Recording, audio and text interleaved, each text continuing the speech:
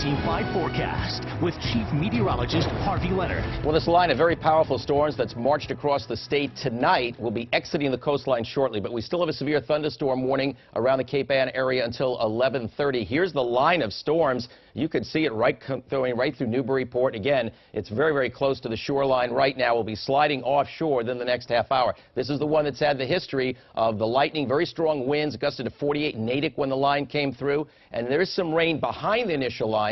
All of that, though, will start to slide offshore a little bit later on tonight. These are all storm reports. Some of this occurred from storms that occurred in the mid to late afternoon, and the rest of it from what's happened tonight. But here you can see it an awful lot across the region, particularly off to the north and to the west. So that's the moisture that will try to exit.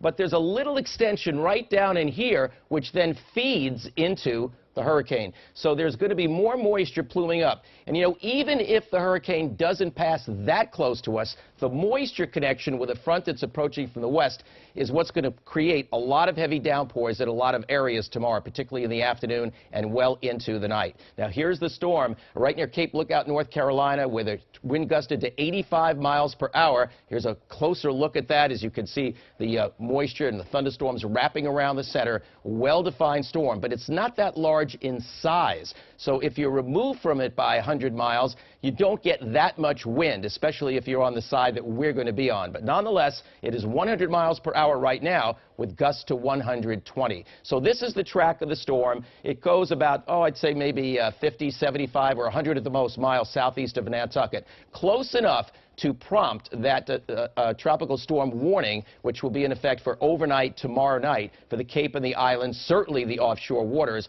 But the emphasis is on the outer Cape and Nantucket. That's the area that has the best chance of seeing tropical storm force winds, as you can see depicted here in the yellow, brushing by the Cape, particularly the outer Cape and Nantucket. The strongest winds, the hurricane force winds, remain far offshore. It's to the east of the center that the very, very strongest winds occur, also strong a short distance west of the center, but when you start to expand out, the winds do die off some. So my best estimate is the potential, not even a guarantee, potential of 50 miles per hour more. Nantucket is the greatest chance, second greatest the outer Cape. Rest of the Cape could see some gusts of 40 or a little higher. I'd say 30 or a little higher around Plymouth, and maybe 25 or 30 North Shore and Boston, but 15 to 25 north and west. Now, there could be some very minor damage if the very highest winds are reached down around the Cape, particularly the outer Cape. We get a little bit of a break for a little while, but then the bands of rain start feeding up off and on, but torrential in downpour form. Afternoon into the night, the accent eventually shifts to the coast, southeast of Mass, and especially the Cape when Arthur makes its closest pass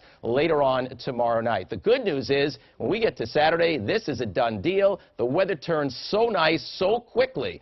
But how much rain could fall? Well, a couple of inches on average. There could be pockets of 3 or 4, and again, it's hard to say exactly where it will be. So the heaviest rain Friday afternoon and night. Strongest winds will be overnight Friday night, particularly on the outer Cape. Rough surf, though, even as skies clear over the weekend. So please keep that in mind if you're going to be out. Tomorrow, again, it won't rain all day long, but there will be those downpours, and they can be torrential, most frequent and heaviest in the afternoon and at night. Gorgeous on Saturday, dry and comfortable and breezy. Warmer on Sunday, but low humidity. And then hot and humid Monday. Chance of a thunderstorm at night to the north and to the west. So we'll stay on top of it for you. Have a happy 4th and deal with this as best as you can.